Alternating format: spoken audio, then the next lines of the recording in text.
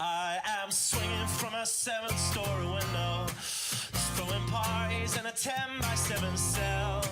It's astounding the lengths I'll go to convince the whole damn world I don't need anybody's help. Yeah, I am waving while I drown. Don't bother swimming out to save me, I will only drag you down. I'll try to use your body as a life raft, 'cause if there's room enough for one, there must be room enough for two. I'll sail the good ship you into the sunset, sipping on savory water till my liver turns blue. Sha-na-na, sha-na-na-na-na-na-na-na.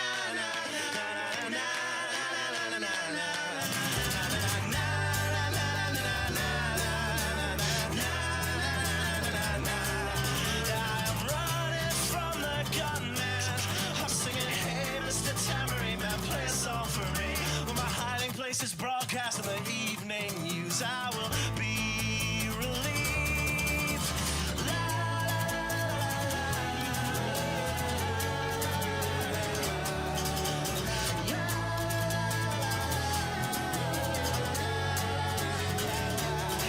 I am waving while I drown. Don't bother swimming out to save me, I will only drag you down. I'm waving while I drown. Don't bother swimming out to save me, I will only drag you down. Singing, hey, hey, alright, yeah, I wrote that one myself. It's astounding the lengths I'll go to convince the whole damn world I don't need anybody's help. Fuck.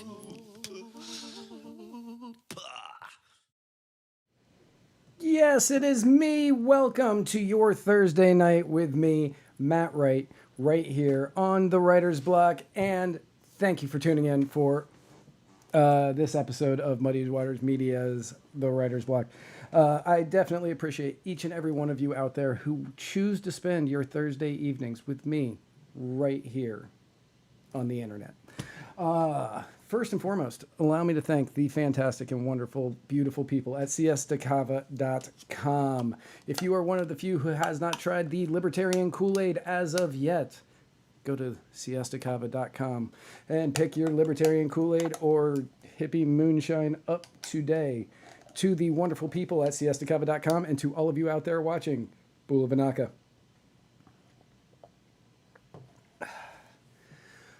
Today's episode, like many of them, is brought to you by the fantastic people that I'm about to list here. This episode is brought to you by personal injury attorney Chris Reynolds, attorney at law. And even though we don't have the anchor call-in moment on today's episode, that is a strictly Tuesday thing, we still like to thank Chris because he is a fantastic individual. And if you are in the Florida area of the United States and you are personally injured by anything or anyone, call Chris. He will get you rich. This episode is brought to you by the Libertarian Party Waffle House Caucus. If you want to become a member of the Waffle House Caucus, go over to muddiedwatersmedia.com/store and pick yourself up a button. Yes, we sell buttons. And if you want to become a voting member, get a shirt. Pick up a Libertarian Party Waffle House Caucus shirt that we definitely are never going to get sued for. This episode is also brought to you by the most aptly named company for Muddied Waters Media ever.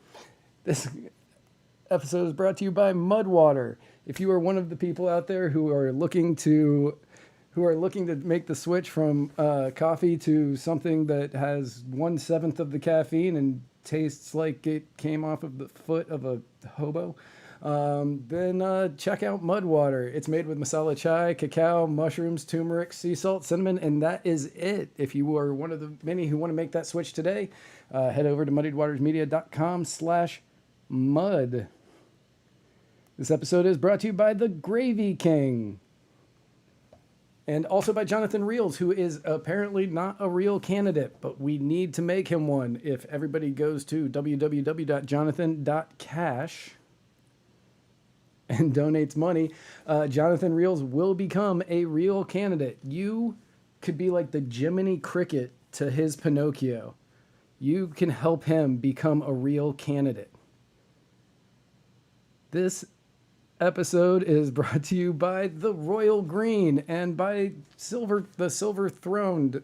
These are books that Jack Casey, who apparently went on Cajun Libertarians podcast last night, but not, he hasn't shown up on mine or Spike's, so I don't know why we continue to support him. But, whatever. Everybody should go to theroyalgreen.com, because if enough people buy his books, he will name the third one after our show, which isn't in my notes. But yeah, everybody go to theroyalgreen.com. Tell me if these books are actually good and if I should buy them. If enough people tell me to buy them, I will purchase a copy. But theroyalgreen.com, everybody head on over. This episode is also brought to you by Cumberland Cannabis Co. If you want legal Tennessee CBD delivered to you, go to cumberlandcannabisco.com. That is really difficult to say. cumberlandcannabisco.com. And you can find out what legal Tennessee CBD is. This episode is brought to you by Joe Solosky, the key to Pennsylvania's success. If you live in the Pennsylvania region of the United States of America, vote for Joe Solosky in the upcoming gubernatorial election next year. And thank you to all of you, of course, for tuning in. And thank you for tuning in on this fantastic Thursday night. Now, I am exceptionally excited because we have a big day today. Like, today's been such a long day already, packed with so many great things happening. And it's going to continue all throughout the night. But next on the list is what I have been looking forward to for a myriad of weeks now. And that is Brent DeRidder. My good friend Brent DeRidder is on the show with me today. Now, where he is raining heavily. So you may hear rain in the background. And where he lives is also in a tin roof. So he is actually in his car. So don't ask questions about these things. Just understand it's raining, and we have Brent DeRidder, which is the greatest gift anybody could hope for right now. What is up, my brother? Hey, buddy, how's it going? Those were the worst product plugs I've ever heard. Thank you. Thank you. I try to outdo myself every week by making them worse. It was really great this week. I'm impressed. I try to make them so bad that most people don't want to buy the product at all. I was thinking about buying Jack's book yesterday. I will not today. Yeah, honestly, I will buy Jack's book at some point. And I love Jack because he can he enjoys what I say about him on the show. So I'm like, well, the best. If he can take this, man, he can take anything. Love that guy. So I don't know how many of the writer's blocks you have seen. I'm assuming it's probably about 54. But we like to start off every episode asking our guests how they became a libertarian. How is it that you found the Libertarian Party? You, of all people, and I know I sing your praises a lot. I have often said that you are the only person that I will endorse for anything you run for nationwide blanketly. Like, I don't care what it is. You are endorsed by me. I haven't even said that about somebody who owns this company with me. I appreciate that. So you may be like, you just could be like the second coming of Gary Nolan, as far as I know. Like, you're just like, you were born libertarian and just ran with it. But how is it that you became a libertarian? Did you come by it like just growing up, or were you like in a party and then switch over? No, yeah, so I definitely was not born a libertarian. I switched a lot between right and left growing up, and it was always extremes. It was always extreme right and extreme left. And I was a Republican and thought that my spirituality was in line with that, my religious beliefs. And I did some, thinking in my late teens, early 20s, and decided that was wrong. And a lot of the stuff just didn't line up for me. And I went like overnight, went from like hardcore Republican to and like a Republican activist to anarchist. I consider myself a voluntarist, and I did voluntarist outreach for a few years, and then got sucked into my state party, and that's how I got involved with the Libertarian Party. So kind of Fair. No, a weird. I absolutely I understand it though, because you know, same thing. I grew up very conservative. Many would have called me a neocon. I remember at some point in my life wondering which country we were going to go to war with next, but not in the way that I do now.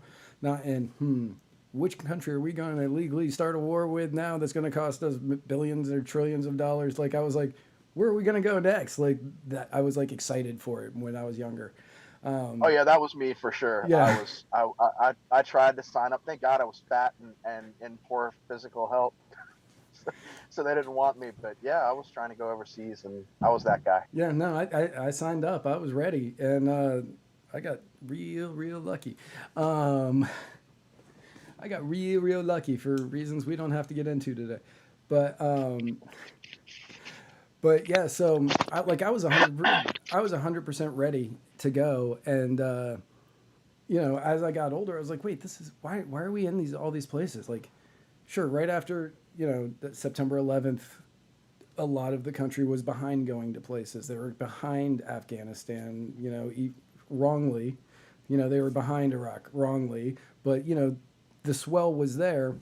And then as I got older, I was like, why are we spending billions of dollars or trillions of dollars at this point doing this when it's been proven that he was in Pakistan and nothing happened there? We were just like, no, we're just going to go in there, take him eventually, but the rest of the time we're going to waste all of this money here to stabilize a region that's not stable at all. Like, none of this makes any sense. And that kind of that helped lead me toward libertarianism. That and getting arrested for weed was also a big,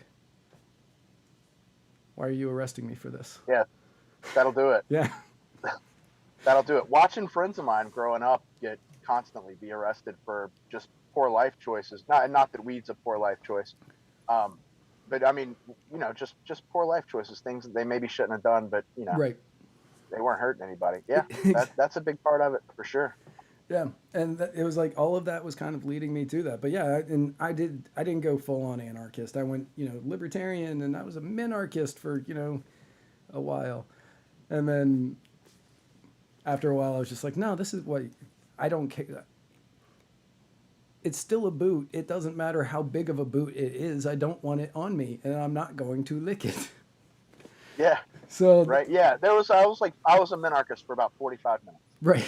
I was one for a little bit longer than that, but that was because, you know, the conservative was in me really strong for a while, and I just couldn't give up that last little bit until my body went, why? This makes no sense. And then I let it all go, and now it doesn't, like, none of it makes any sense. So you are one of, you are, in my opinion, the best orator in the Libertarian Party. I believe that you have the ability to reach people through messaging in ways that nobody else can. Every conversation that I have seen you have, or I have been in with you, I have just been honestly just impressed at how you are able to deliver your message and never make the person feel like they're being talked down to, never condescending, and you talk to them just as if you and I were having a conversation about steak. But you can do that with anything, and it's amazing to me whenever I see it, whether it's online or we've been in person with each other. And is this where you came up with your idea for Sell Liberty? Yeah, so I guess you guys, I love that everybody always likes to heap praise on me because I mean, I live in a house with 5 women, so I really appreciate the accolades from time to time. But the fact is, man, is I'm not that great at it. I understand some basic skills, right? So in my professional life, I was a salesman. I did some low-level marketing. I was a salesman in 2004. That was back when we still like rang a bell when we made a sell, and you yelled and screamed and did the cheering and And I became a sales trainer. I did the low level of marketing when I was doing sales, the making my own handouts and all that. I was pretty good at it. I read a couple of books, and I had come out of my shell in high school, where I was a really shy kid. I didn't talk much. And in high school, I started to really come out of my shell, and I learned how to communicate with people. And I started to apply those basic techniques, or those basic ideas, and some techniques that I had read about to these sales gigs. And I was good enough to become a sales trainer, and I really hated what I did, because what I did was trick people into buying things that they didn't really need. Again, I was very, very good at it. It made me feel bad. So I quit. I went into the family business. I was a I commercial fisherman understand for a that while. completely. I Yeah, understand. it's I yeah. hated doing sales because I was not good at the hard sale. Like, if you want to buy, cool. If not, like, I'm not gonna push Oh, you. I'm a master. So I am Mr. No, right? I love no's. Salesmen hate no's, or you accept them as part of getting to your yes. Right. I absolutely love the customers that would deny right away. Those are my bread and butter. It's just applying some basic techniques, right? But I got really sick of it. I quit, and I came back. I came to the Liberty movement, and there was always sales involved in anything I did. It was commercial, even commercial fishing, right? You're haggling the wholesalers. Right. So I mean, it applies to my marriage. It applies to dealing with my kids. It's just some basic communication techniques. And then I saw that libertarians are like incredibly bad at this. And I love you guys. I love all of you. But we are the worst communicators. We win in the arena of ideas all the time. I mean, every time. But we can't articulate that to normal people who don't necessarily, they're not completely on board with libertarianism. We think we've got this big giant idea, and we got to feed you this big idea all at once. And the basic idea is to break that giant idea down into small bite-sized pieces that the average person can consume at their leisure. And then when you're having a conversation, you just follow some, like I said, some basic sales techniques. It's exactly what Spike does. We all love Spike. It's exactly what that guy does. He just does it in front of a camera really, really Really well, well. right? Yeah. He's exceptional at what he does, but he's applying the same basic techniques that you can learn from Dale Carnegie, or any sales book. Or Yeah. if you Somebody in the want to comments learn of the me. best techniques, come to Yes, me. Stephen Witt in the comments said John Maxwell or Zig Ziglar, and I've seen both of those guys speak at sales conventions, and yeah, like it is the stuff that they say that Spike is able to use and put into motion while just in natural conversation,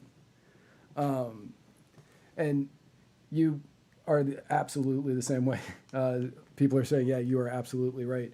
Somebody asked if you are an ABC believer, which, To an extent. So okay, there are some really cheesy lines that have come out of movies that sound like really good ideas. They're not. Um, ABC is one of those. For those of you who don't know, ABC is always be closing, which in theory sounds like a good idea, and it's for the hard sell. It's for a short sell. So it's for like a one touch sell. And in sales, we've got multiple touches, right? And a touch is every time you communicate with a person, every time you engage. That's a really pushy way of selling, and it doesn't necessarily. Yeah, if you're selling meat like I did out of the back of a truck, frozen meat door to door, it's a great way to sell meat. If you're selling knives door to door, it's a great way to sell knives. If you're selling um, financial goods or services, it's a great way to sell that. If you're trying to change somebody's mind about a political ideology and their political affiliation, it's not a good idea. ABC is a pushy sales right, tactic, and probably not the best idea for dealing with voters. right. When I was a real estate agent, ABC was terrible Yeah, because yeah, you needed people to take time. This is the biggest purchase of their life.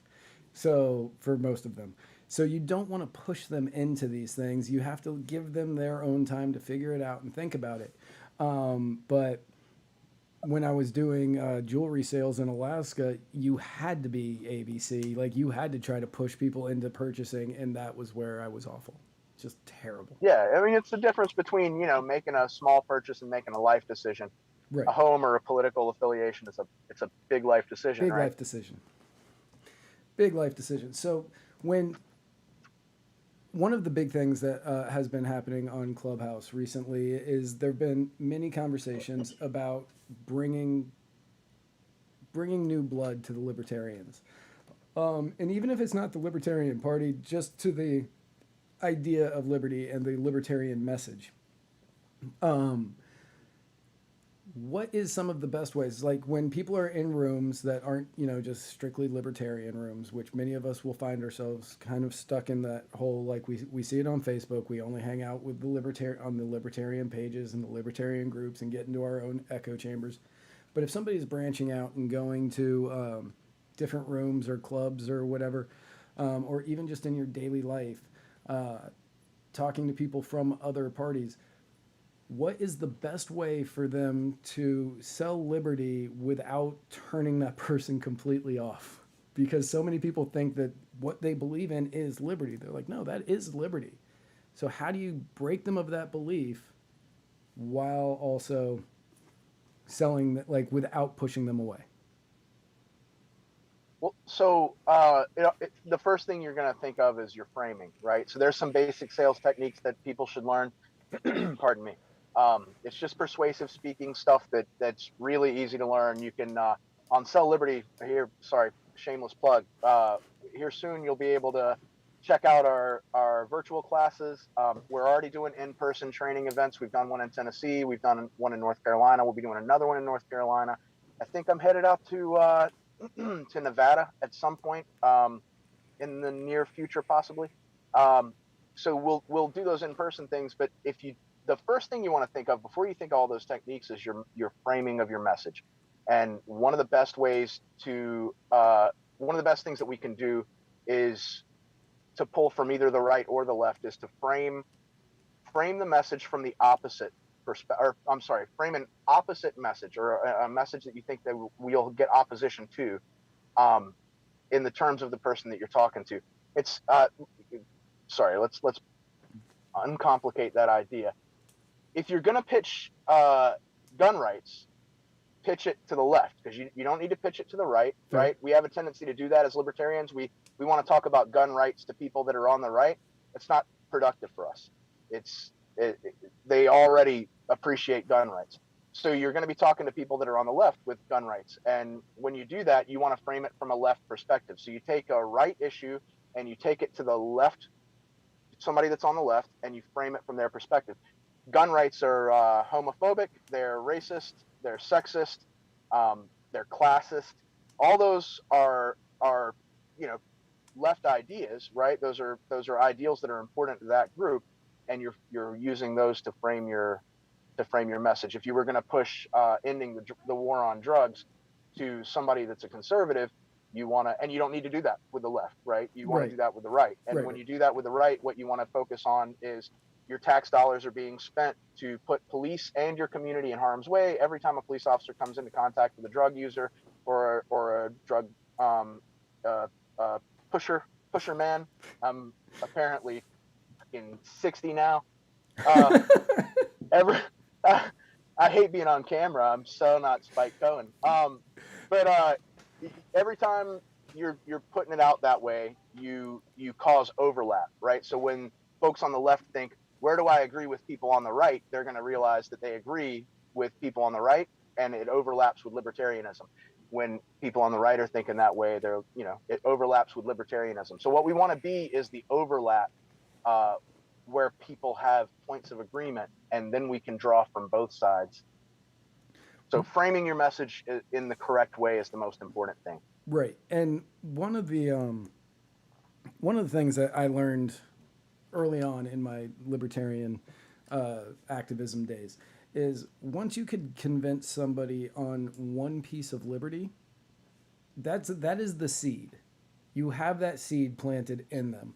So let's say, even if you're talking to somebody on the left and you're talking about the drug war, and you're talking about the drug war and you're discussing how,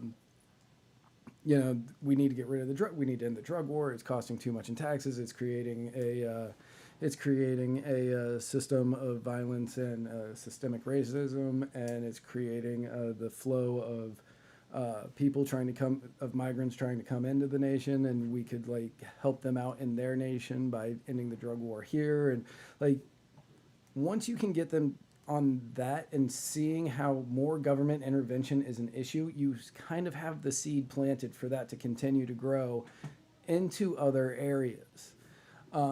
Is one of the is something that I have found, and then they start saying, okay, more government here is bad. Why would I want more government here? And it continues to grow from that. Is what I have kind of noticed. Have you noticed a similar situation? Yeah, for sure. Sorry, we got high beams in the parking lot over there. Yeah, for sure. So that's just an upsell. In sales, we call that an upsell. So your initial sell is the hardest part, convincing that person to buy the idea that I frequently start with something really radical like legalizing heroin, right? Ending the drug war completely. And if you do it right and you're careful about who your audience is, it's a great way to start. And once you've done something that radical, an idea that principled and that radical, it's easier to do those upsells. But everything after that, yeah, it's totally just an upsell. It's like if I sold you a bank account and then I get you check imaging. That's one of the things that I sold, by the way.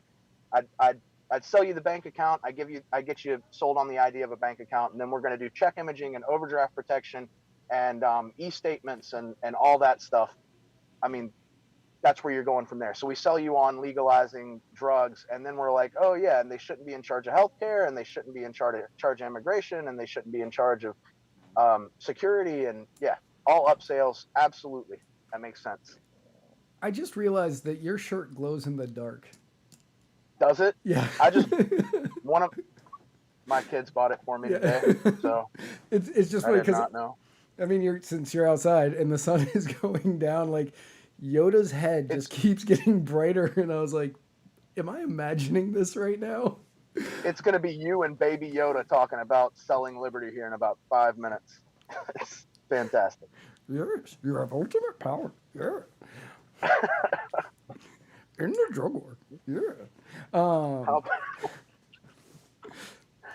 the light helping it all? There we go. Yeah, there you go.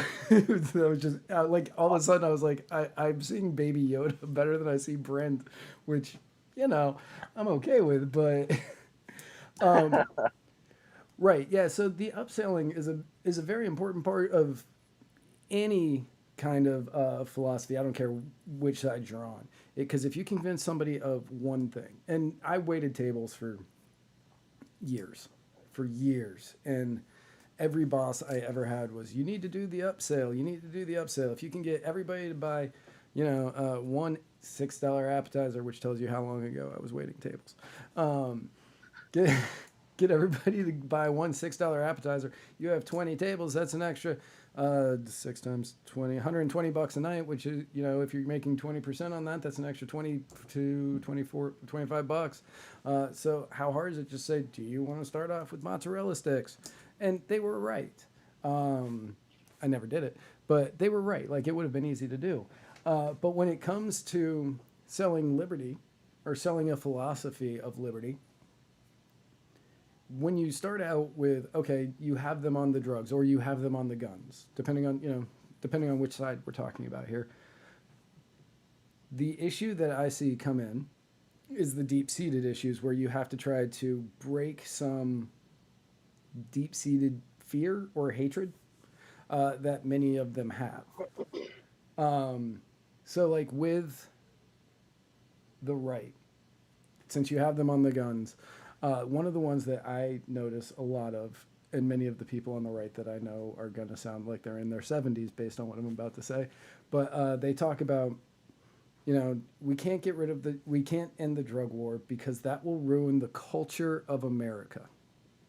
And they have this hatred of drugs because they think it ruins the culture of America. And on the left, when you're talking about the guns, they'll say, because of the racists on the right. Like, and those are the deep-seated fears. Like, they don't want the culture, my right, your left. They don't want the culture to be destroyed, and they're afraid of they hate the racists who are going to do terrible things with the guns.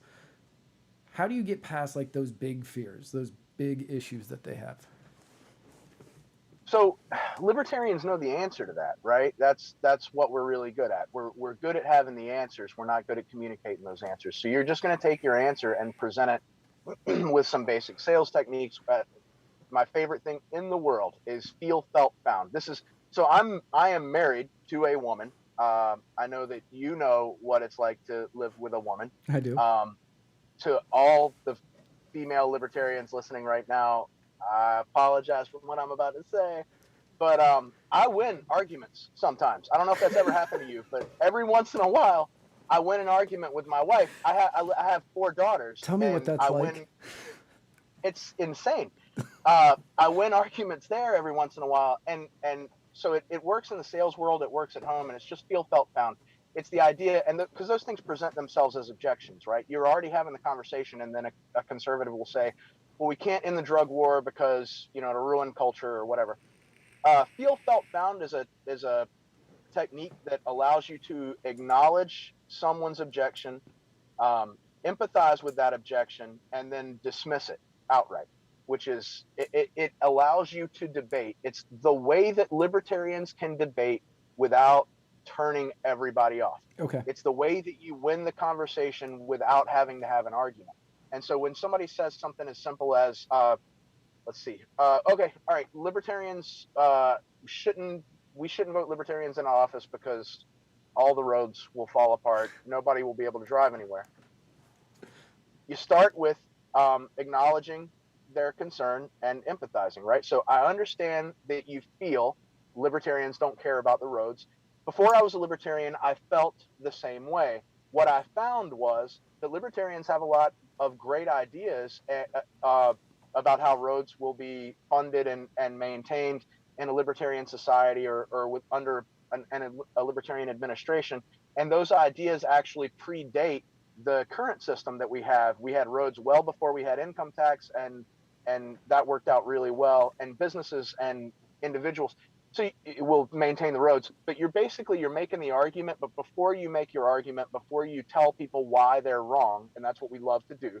But before you tell people why they're wrong, you acknowledge their concerns and you empathize with those concerns. You validate how they feel, and then they're much more apt to hear. They're much more enthusiastic about hearing what you have to say. It's just letting people know that you care about what they care about before you tell them they're idiots. Right. Right. So the biggest one that I've gotten about libertarians, like so much so, because I'll get this randomly. Like I won't even be in the conversation with a person.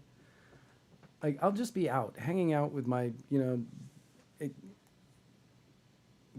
what's our group called? My disproportionately attractive girlfriend. Oh, yeah. Yeah. I will be out with my disproportionately attractive girlfriend, and we will just be having a very nice time, and somebody who knows me or recognizes me will come up, and they will just go, I like a lot of what you say, but libertarians are selfish. Yeah. I've started to just ignore it because I'm out having a good time with my disproportionately attractive girlfriend. And that's more important to me than arguing with this person because she's disproportionately attractive to me, and I'm not going to ruin that to get into a fight with somebody or debate with somebody about politics right now. Smart man. That's why you have a disproportionately attractive girlfriend. That's right. I get to use this thing every once in a thinking. while. Less Right? now. I just know, when I'm out with her, don't argue with people. But the selfish one is one that I have heard from my baby days as a libertarian to, we can say 3 days ago. And I try to explain to him, I got this on Clubhouse a lot. But I explained to him, no, we do care about people. We just don't think that you need to do it by force and that people will go out and help other people. So if you were to hear libertarians are selfish, what would be the best way that you would frame that as opposed to me just saying what I said, which is basically how I handle that every time? Yeah. So, well, we've got a lot of ammunition for that one, right? Right. We've got a lot of great examples of libertarians being great philanthropists and doing good things in their community. So again, you want to just apply feel, felt, found, right? You want to acknowledge their concern, you want to validate it, and then you want to move past it. So Yeah, I totally understand what you mean. I used to feel the same way about libertarians when I first got started. That was one of my biggest concerns was in a libertarian society, who's going to feed the hungry and who's going to house the homeless and who's going to educate people. And I think the libertarian answer to that, what I found was the libertarian answer to that is that we just want to exclude the middleman. That government generally just manages contracts, and people that actually do the work, those contractors, will still do the work for you and your community. Um, and that's how we get past all of them, right? Well, it's easier with charity because we've got proof that libertarians are philanthropists and do great things. The Liberty Coalition for Disaster Relief was one of those Yeah, things. big The one. $5 memes club, Liberty Memes. Liberty memes Those guys $5. are Yeah. fantastic. Yeah, they raised like $500,000, right? It wasn't like it's like half a million Yeah, I dollars, I don't think. remember how much it was because Dadman keeps getting kicked off Facebook. But Poor Dave. yeah, I feel so bad for that guy. Like he is literally out there trying to help and do good, and he's just constantly booted. But yeah, no, they've done amazing work, and I believe it is close to $500,000, if not more, at this point that they have raised in order to help people.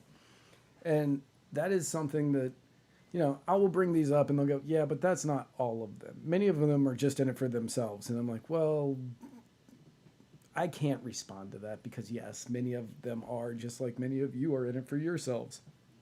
Yeah, that's the response. Right. So I mean, you're not gonna. People want, because libertarianism is so different than what we have. People expect us to have all the answers. Right. That's why we talk a lot about utopias, right? That we talk about utopias because everybody expects libertarianism to be this utopia. I mean, acknowledge that. From a sales perspective, the best thing you can do with your flaws is acknowledge them and move on, right? So yeah, there are selfish libertarians, there are selfish Republicans, there are selfish Democrats, but you're talking to somebody that cares, right? Right. So what you want to do now is create that common ground. You want to use common. You can only build from common ground, and so your common ground is that hey, I'm really glad to hear that you're so concerned about about people being selfish and about wanting to do better things for your community. I'm a libertarian and I'm really concerned about that too. Let's talk about some of the issues and move on. I mean, what are the issues that you're concerned about? Well, I'm concerned about homeless people. Great, me too. Let's talk about how we Let's can get talk a about how homeless we can fix outreach that. set up. Yep, exactly. Right. And now you're moving on. Now you're talking about solutions, and now you don't have opposition. You're not sitting across the table from somebody who's like, oh, this guy's a jerk. You're sitting across from the table from somebody who's now immediately on board with what you're saying. Yeah, now we're going to figure out how to do homeless outreach in my community and help homeless people in my community, and your allies, right? Right. Right. So no, and that's actually a brilliant way to approach that I had never considered ever in my life, to be like, what issue do you care about? Okay, how can we do this? What do you see that you and I can start right here, right now, in order to help out that? Because I care about that as well. Whether it's the homeless issue, whether it's feeding food. I forget the word for that. Feeding children who are hungry. I can't remember the technical term for it. But making sure that kids have food, or whatever it is. What is it? You and I can work on this together. We can figure out a plan, and we can move forward from there, and we can make sure that we at least stop somebody from being hungry tonight, or somebody's going to have a new pair of shoes or a blanket or whatever it is. Like, let's figure that out right now and work together, and then grow from there. Right. And during that part of the conversation, you want to make sure that you encourage them by showing appreciation, right? And it needs to be genuine appreciation. Right. And so when you're doing that, I mean, be excited. If they're talking about, feeding hungry people, that's awesome. I'm so glad to hear that there's another person in the room that cares about feeding hungry people. You're fantastic. Let's talk about how we can work on that. And you've got an immediate ally, right? Now this guy's like, hey, libertarians aren't so bad. We're fixing issues together. Yeah. No, I love what you're pitching so far. I mean, so when did you come up with the idea for Sell Liberty? Like, where was the apex for that, the pinnacle for that? Because you've always been an activist for the entire time that I've known you, which is, we're coming up on two years or so now. And you've always been an activist, but what was the catalyst that made you go, you know what, this is what I want to do. I want to teach people how to do this. So the first time that I thought about cell liberty was the very first conversation I had with a libertarian, and I was like, "Oh God, you are bad at this. You are not you," because it was I was immediately called an idiot, right? Because that's we like to yell about how we're the smartest one in the room, and those are the kind of people that we tend to be. And it just I was like, this isn't how you win people over. And then the second time I thought about it was the second conversation I had with a libertarian, and it kind of went on from there. And it just here recently, I've previously to this, I donated about 40 plus hours a week. My wife works, and we homeschool our kids, so I I did some work, little bit of contract work and stuff like that from home, and I'm a stay at home dad, so uh, got to fill my time with something. And I was an activist for the Libertarian Party, and my wife finally was like, "Hey, you have to do something with this and try to start making a living again," because she's getting older and less excited about. I got kicked out of the workforce for a while, and now she's kicking me back in. And I was like, "That's great. I want to keep doing what I'm doing." So I'm gonna go around the country, which is I was already doing it locally and nationally, just remotely. But I was like, I'm gonna go around the country. I'm gonna come up with a program that teaches libertarians how to sell libertarian ideas. We're gonna work on messaging. We're gonna work on a little bit of marketing, and we're going to teach these ideas and these tactics, and then teach people how to put on events where they can apply these ideas. And you'll see a Patreon up soon in a couple of days. And my wife is in charge, and that's how I got started. I, I, I, I understand that. Yep. I understand that Yep. completely. Many people take a look at me and they go, you know what, that's a guy who definitely has his life together. He knows what's going on. Look at him, all gainfully employed, managing a successful podcast, and also taking care of a family. This guy must be Superman. I'm like Clark Kent in Superman 2, where he loses all of his powers and he's, kind of a pansy where like he just can't do anything, and he suddenly bleeds all the time. I'm like that guy, and Sarah is the crypt. She's not Krypton. She, she Careful. Careful. she is like the sun. I want you to stay in the club, bud. She is the powerful Kryptonian sun that gave me my power to begin with, and she is that sun. She gives me my power. Well done. Yeah, I had to think of the right way to phrase that analogy. Yeah. I got scary for a minute. Right. I was like, concerned. oh no, that's going to come out wrong because I'm about to say the name of the rock and not the name of the planet. But yeah, she is the one that definitely guides me in most of my life, and makes me gain massive amounts of weight that I was not planning on ever gaining again. But apparently, with that comes greatness. Oh yeah, I got a cooker too, man. I was healthier than this um, 17 years ago when we got started. Right. Yeah. I when she moved here last year, I was 55 pounds less than I am now, and I was totally happy with it. Completely happy with where I was in my life, and now I'm like, why did you do this to me? And she's like, you look better. Shut up. Eat. And I'm like, okay. Well, food. I have seen the food posts that she makes, and it's pretty ridiculous. How you don't look like me is beyond me. Yeah, I don't know because I eat a lot of food. Um, even in the comments right now, she's saying, you look better now, so you're welcome. Um, You're looking super hot today, bro. I Thanks, was gonna say man. something. I didn't want to make it weird. Yep. Vogue, I man. mean, That's what I'm talking about. I started out the show saying that you're the only person that I would endorse for anything and that you are the greatest orator in the liberty movement. So, it's fair that we can crush on each other a little bit. Oh God, you guys embarrass me with that stuff, man. But it's true. Seriously, I know that we embarrass you with that stuff, but from the very first time I met you in South Carolina 2 years ago, we had a few conversations, just here and there. But immediately, I was like, that guy knows his stuff. He he has a presence in which he just commands the attention, and he knows how to hold a conversation.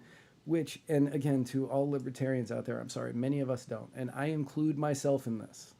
But you just knew how to you have a presence and you can hold a conversation, and you know your stuff, and you could talk about it without stumbling over yourself. That many of us do. I do it on the show all the time. I'll start talking, and I don't know where, like that Michael Scott thing, where I'll start a sentence and I don't really know where it's going to go, and I just kind of hope I find it along the way. Oh yeah, I'm that guy though, dude. Like on camera, you put a microphone or a camera in front of me, and I freak out. Right? Like I do well in front of individuals. I do really well in front of big crowds, but one guy with a microphone in front of me, and I get all spazzy. This is probably the best interview I've ever done. It just gets weird, man. Everybody's got that thing that's going to throw a monkey wrench in the gears, but there's, like I said, there's some basic techniques that you can use that make you sound way smarter than you are and way better at this than you actually are, and it's not super hard to learn. Right. And I've got many friends who are fantastic at sales. If I could get them better at believing in freedom, they would make great additions to this, great additions to this movement. And that's where I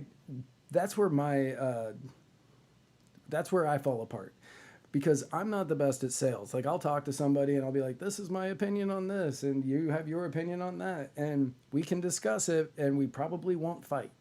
But I don't know how to convince them that my way is right, because my entire life, when I was doing real estate, I don't care if you want to buy this house or not. Like, I will show you another house. I want you to be happy. This is not where I'm going to live. It's where you're going to live. And that is how I've been in so many different things. And when it comes to philosophy, political philosophy, I know what works for me. I disagree with what works for you. I just don't want you to put what works for you on me. And that's all I care about. And that's where I have my fall apart, because if I was getting them over to our side, over to the side of liberty and the side of freedom, these people who are great salesmen would be out doing what you're doing, as opposed to what I'm doing, which is sitting here and talking to a bunch of people who already agree with me. Well, yeah, I mean, it sounds like you need to work on your closing a little, and I could for sure point you in the direction of someone who could train you and teach you how to. But no, I mean, you just. Who would that be, Brent? Well, I don't want to plug myself over and over. Well, but that is why I brought you on here today. Oh, great! Yeah, Sell Liberty. You can find us on Facebook at We Sell Liberty, and you'll be able to contribute to what we're doing soon. But yeah, really, man. I mean, if you're looking to close, the first thing you want to do is you want to set a metric, right? So where are we trying to get folks in the first conversation? And in your first conversation, if you've got a local meetup, do you go to your local meetups? It's been a while. I'm putting you on the spot. That's fine. No, it's been a while. Terrible libertarian. Well, so I was regularly going to my meetups, and I'm here in Florida, and I stopped going to the meetups here in Florida a few years ago. And if anybody knows the history of the Libertarian Party in Florida, you probably can guess right about the time I stopped going to the meetups. And it was strictly because of some internal politics that I don't talk about that were happening here. And then I just never got back into the habit of doing it. Yeah, there was some rough waters in Florida for a while. I think things have settled down. They quite have, a bit, from and what I understand. I like leadership here now. I'm friends with Stephen Nikela. I'm friends with a lot of other people who are in the party. Stephen's great. I love Stephen. Stephen's fantastic. Yeah, he's fantastic. But I just never got back into the habit of going to my meetings and going to the meetups that we had and all that kind of stuff. I just was like, well, I've got stuff to do on. Actually, I do have stuff to do every Tuesday and Thursday. It's right here. Well, yeah, I mean, so if you can get them into your local meeting, that's a great way. Set some kind of metric. Where do you want to get somebody? You're not going to get a diehard libertarian out of everybody, and even the ones you're going to turn into a diehard libertarian, you're not going to turn them into that overnight. So, the first touch, you want to maybe bring them to a local meetup, or hey, can we have a conversation? This was a great conversation. Can we talk about it more this weekend? And just get them to. It's getting them back, right? Can I contact you again? And then follow up. If you're using a 5-step sales process, the 5th step is follow up. Call them back. Make sure that they're coming to that meeting, or they're gonna show up to the speaking event that you've got going on, or whatever. Right. Or present them with locals that they can vote for. If it's not somebody that you can engage in that way, present them not with a national candidate. Again, I love Spike. Spike's one of my best friends. He's, I think, the best messenger that the Libertarian Party has ever had, bar none, by wide margins. Um, I, but I can't get my dad to vote for Spike. I mean, No. it's not going to happen, right? No. I'm not going to get that hardcore Republican to vote for Spike for president, because that's such a huge office and we think it's really important. Where we can really have impact, where you have the most impact anyway, is local elections. Give Right. them somebody they can vote for locally. Yeah, I totally understand you don't want to vote Libertarian for 2024. I get it. You want to vote to keep the Reds out of office, or you want to vote to keep the Blues out of office. That's fine.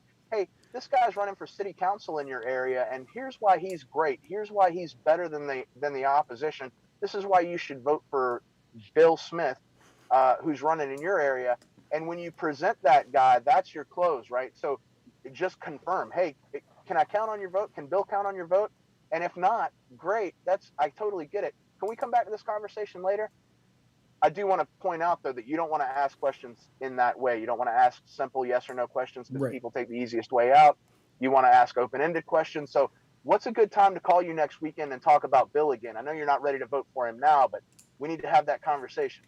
And then, get the time. Most people, given that option, they're not going to say, screw you, I'm not going to call. I'm not going to let you call. They're going to, all right, Saturday at 10 o'clock. Saturday at 10 o'clock. Right? Right. Yeah, one of the tricks. That's your sell. Right. One of the tricks I always did was, hey, let's get together on, let's get together later this week. Is Wednesday at 7 or Thursday at 6 better for you? And Yeah, it's perfect. And people will go, Wednesday at 7. Great. I'll be right here. I will be here. I will see you here at 7 on Wednesday. Put it in my calendar now. And Yeah. 2 options is better than open-ended, for sure. So yeah, if you feel confident in doing that, do it. And then keep hitting them. And then you'll close that cell. You'll eventually get a vote for Bill Smith. And once Bill gets his vote, then you can get a vote for governor, you can get a vote for Senate, you can get a vote for the presidency. That's Yeah. how we do that. I was having this conversation with Cajun literally just like an hour before this show, and I was like, yeah, He's brilliant. Right. I love that guy. So do I. He you know how we heap praise on you and you get like all sheepishly shy about it, and you're like, I don't know why everybody does this. He's the exact same way. He's like, I don't know why everybody thinks like I'm just a guy who's trying to like spread the message. Like, I don't think I'm that. And I'm like, man, dude, you are so good. Like, stop. And he's like, and he's like, he turns into like this big kid who's like, I'm not used to people telling me I'm good at this. But no, he is brilliant. But we were having the same conversation. I was like, and again, libertarians, I'm sorry for what the words that are leaving my mouth momentarily, but this is true. We're not going to win the White House in 2024. I don't care what you say or what you believe. It's just not going to happen. What you need to focus on is your local elections. You need to get them into the city councils and into the state houses and the state senates, or whatever you have, the legislatures, or whatever you have in your state, into your county commissions, as mayors, as vice mayors, as whatever it is. You need to get them there to show that it works. And then they build their way up. You're not going to jump into presidency like just off the bat before taking a large number of the smaller seats. It's just not going to happen. So if you focus on those seats, if you focus on the locals during these off seasons, get people in there, start showing that people have a chance, that libertarians can work to make things better on the local, they will start giving you chances in higher offices. Until that happens, you're not going to win a presidency. It's just not going to happen. I hope that it does every time, but I would never ever bet on it. Not in I didn't bet on it in 2020, and I'm not going to bet on it in 2024 either. Somebody asked, where is it? Stephen Witt asked, how can we help monetize selling Liberty? I love Steven. Steven's awesome. Shout out to Steven in Myrtle Beach. Yeah. So right now, today, you cannot. We had some stuff going on at the house the last few days. I should have had the Patreon set up today, but there will be in the next 2 days. Keep a lookout on the Sell Liberty page. We'll be putting out a lot more content. Some new stuff's going to be going up. Some new ideas, and we'll have a link to our Patreon. And if you don't want to do Patreon, you don't want to subscribe monthly, you can always. I've got other ways. We'll be posting a few links so you can make a one-time contribution. But keep in mind that Sell Liberty is not a nonprofit. This is a for-profit business. I don't want to work for Republicans and Democrats. I don't want to do a nonprofit and have to work with everybody. So I've got a for-profit that you can contribute to via a subscription or a one-time payment. And we're going to keep it that way so that I only work with libertarians. Libertarians are the only political party that deserve my assistance, I feel. And so, yeah, for sure. Patreon and Square and Venmo and all that coming in the next 2 days. Beautiful. Thank you, Stephen. Jack Casey asks, do you think it works to hire someone to hilariously and purposefully badly advertise and make fun of a product one is trying to sell, asking for a friend? Yeah, so I would, I mean, if the audience is big enough, for sure. I don't know how many books you're going to sell on a libertarian podcast, a book that's not What is that book about, Jack? What is even, I mean, yeah, funny is funny, bud, and funny sells. So, does anybody know what the book is about? So the author claims it's like if Game of Thrones, Dune, Ender's Game, Final Fantasy, Hamlet, V for Vendetta, Phantom of the Opera, and a bunch of other stories came together and had a few strange but beautiful rectangular shaped babies. That sounds really awful. That I don't know what to say. Jack is such a really nice guy, and I want to support what he does. Doesn't that sound terrible? No, yeah, that's good marketing. I think it's good marketing. I don't know what your numbers are. I don't get to look at your analytics, but I think the way you guys do those plugs is fantastic. Yeah, that's my favorite. I remember it. Right? Like people know. Yeah, like, I know what Mudwater is, and I've thought about buying it, and it's not the kind of product that I would buy. In all honesty, Mudwater doesn't taste bad. It kind of tastes like I literally drink Mudwater. It is water that is made from the root of a plant that is ground up, and it tastes like a liquefied potato. I'm not kidding. This is what kava tastes like. It's like you take a potato and you liquefied it. That is kava. Why are you doing that? When I quit drinking alcohol, Gotcha. When I quit drinking alcohol, I started hanging out at kava bars because it was non-alcoholic. It was non-alcoholic, and it gave me a social outlet because I did not have a disproportionately attractive girlfriend at the time. I got a couple that were not disproportionate. I was disproportionately attractive to them, but now I have one that's disproportionately attractive to me.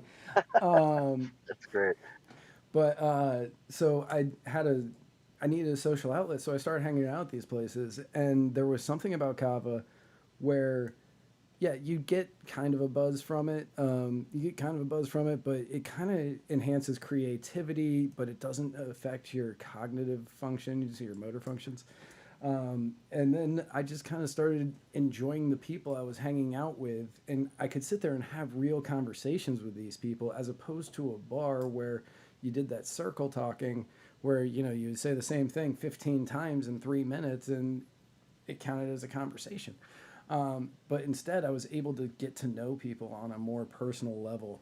And because of that, I have included it in every aspect of my life ever since. Because it's right on. Yeah, it's how I have gotten to know some of my best friends is over kava, and that's where the name Where's that? Is it that side? Yeah. Muddied waters comes from is because kava's muddied water. Oh, I did not know that. Yeah, that's where. awesome. Yeah, that's where it came from. Is kava's muddied water. So we are the muddied waters of freedom. Somebody said I mastered a sales pitch to be her boyfriend. Yeah, I did. I wrote a fantastic book, and I'd let that do the talking for me. But Yeah, no, that's so I use that in my sales training as my credentials, right? So I'm like, look, I was a salesman for this bank, I was a salesman for this meat company, I was a salesman for this knife company, I was a sales trainer, and also check out this picture of my super hot wife. You can't. It's not because I'm good looking, and it ain't because I'm rich. You know, like I applied those same techniques, and that's how I got to be a member of the libertarian guys with disproportionately attractive wives. right, yeah, you were the founding member. Um, I am. you were the founding member. Not only am I a member, I'm the president. Right. I feel like I was like the second, and then Spike was the third. Like it was just like, no, all of us are going in there because this is insane. Yeah, no, I made that group because of the three of us. I was like, this is a weird phenomena among. I was like, look at Sarah and look at Amber and look at Tasha and like, good God, what is happening? Yeah, it's it insane. makes no sense. It really speaks to how good of speakers we all have to be. Really, like I've got that Irish silver tongue, or I never you can't. That's why I'm sitting in the dark. The storm is a farce. It's not even raining. I am not a pretty man, and You are a gorgeous man. I do not know what you're talking about. You are a beautiful human being. that's the beard. That's All right. So one more chance to pitch everything.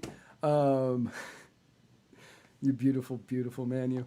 One more right chance. back at you, bud. Thanks, buddy. One more chance. Pitch all of Cell Liberty. Where they can go to follow you. Where they can go to eventually donate. And where you're going to be. I know you said Nevada. I wish you were going to be in Florida this weekend. But let people know where you're going to be and how they can book you, and that way they can learn more about you and get you to come and do this without a camera in your face. For sure, yeah. So Facebook.com/We Sell Liberty.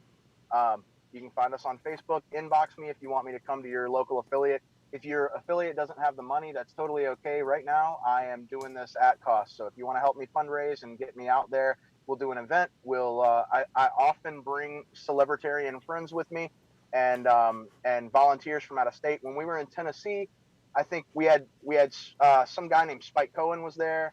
I haven't heard of him. Is he good?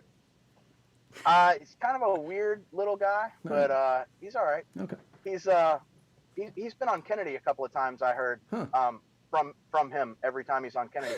But I'm just kidding. I love you, Spike. Yeah.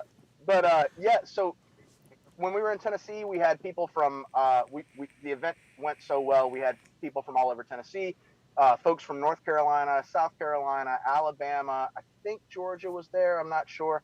But let me know if you want me to come out. We'll do an event. We'll do a training session. We do training sessions on affiliate development and organization, member retention, stuff like that. We do sales. We do sales trainings, marketing trainings. And keep a lookout on Facebook, and we'll be posting our new website coming out soon with virtual courses that you can take and get certifications and kind of gamifying that, making it a little bit fun. And for sure, keep a lookout for Patreon and our Venmo so that you can contribute, not donate. And that's it. I think that's all I've got. Beautiful. So I'm going to go over and do the closing, and then I've got to hop over onto Clubhouse, which I'm going to pitch in a second to everybody, where we're going to be looking for donations.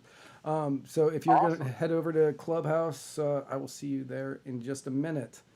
But thanks for having me, man. I appreciate it. Thank you for coming on. I always enjoy talking to you, and I cannot wait to see you in person again because same here. COVID is over, and I can't wait to hug you because you're a beautiful man. You are a beautiful, beautiful man.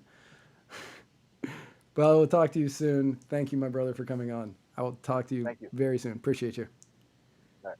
To everybody else, thank you so much for tuning in. be sure to tune in. Well, first, we're going to be going to Clubhouse as soon as I'm done here, where Spike, Cajun, Eskimo, and I will be talking to you all about some new stuff that we have going on and trying to get money so that all of us can end up in Mississippi together in a few weeks. And then on Sunday at, I believe, 3:30 Eastern, it may be 4:30 Eastern, but just keep an eye out for it, is the inaugural episode of Cajun and Eskimo from Bayous to Igloos, airing right here on Muddied Waters. I am exceptionally excited about this. I cannot wait to see what these two have come up with. I talked to Cajun for a couple of hours today about it, and everything that they are putting together sounds absolutely fantastic. So be sure that you tune in for that. Then join me and Spike right here next Tuesday, literally right here. He is going to be in this room with me next Tuesday for a special episode of the Muddied Waters of Freedom, where Spike and I will be parsing through the week's events like the 2020 Wonder Boys that we are. And then on Wednesday, the 16th, Spike has Evelyn Lonson on his program, and they are going to be talking about stuff that I don't know what. They're going to be talking about stuff, and you know what? You should definitely tune in for that because it sounds awesome. Just from the quick thing that I read in 2 seconds there. And then next Thursday, right here on the Writer's Block, I am welcoming on Travis Bull Johnson, who is running for Congress in Minnesota, and I am so very excited about this. I have heard nothing but wonderful things about this person, and I cannot wait to have him on my show. So be here next Thursday, 8 o'clock, for Travis Bull Johnson. Hop on over to Clubhouse for everybody who wants to be part of the fundraiser that we have going on. And your fun fact of the week: harps have 47 strings and 7 pedals. So if you're ever asked that question in trivia, what has 47 strings and 7 pedals? It's a harp. It's not a harpsichord, because you will 100% lose if you guess harpsichord. To everybody else, thank you guys so much for tuning in. I am Matt Wright, and you are all so incredibly perfect, just the way you are. I'll see you next week.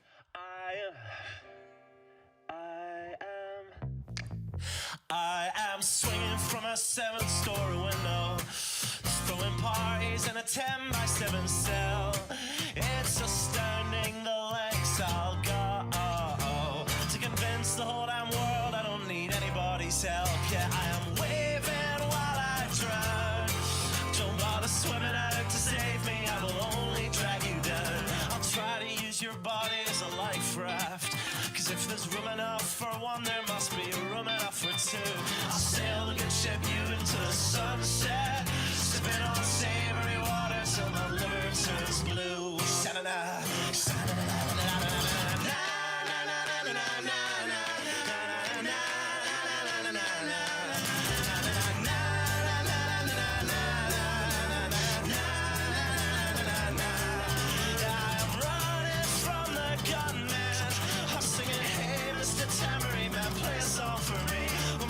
Places broadcast in the evening news, I will be relieved. La, la,